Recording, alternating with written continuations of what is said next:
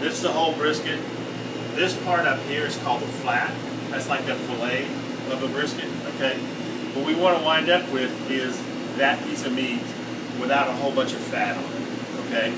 So first thing you do, take a knife. This is called the nose, okay?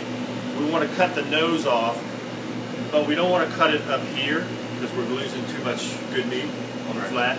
So what I always do is, usually there's a piece of fat that runs across the top. Not always, but a lot of the time. Just find out where that is and just go here and cut it straight down. Okay, that takes care of the nose. And the nose, we'll talk about the nose after a while. I will use it to chop this up.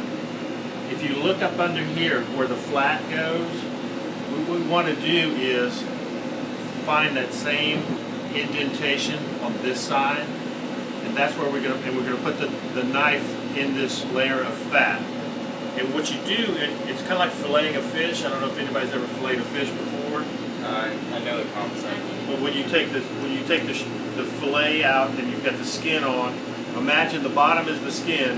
We want to run the knife right along the fat part, not the meat. We don't want to take too much meat off the top.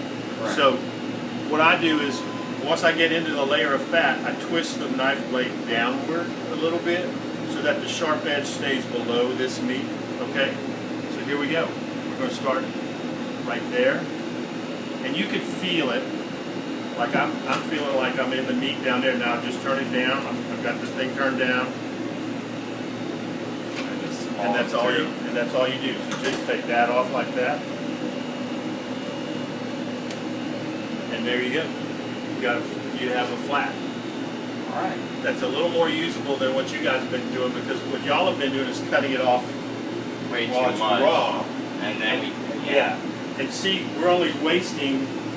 We're going to still use most of this for chop. If we really wanted to, we could go back, like in this piece right here. I can feel there's a layer of meat right here, but it gets really thin really fast. So theoretically, I guess, I could go back here and take that off to use for the chopped brisket, but there's not going to be very much. right. Okay?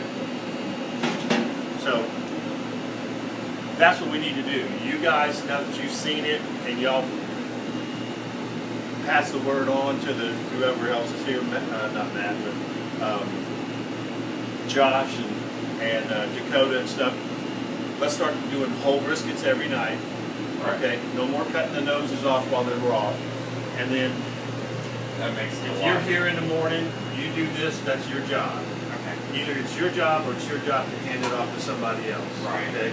And if you need for me to come back over here and do a demo again, I'll be happy to do it. I just live right down the street. I don't mind doing that. Okay, it seems simple enough. I mean, it just follows through. After you do a couple thousand of these, you'll feel the layer of fat. Well, even when we're trimming fat,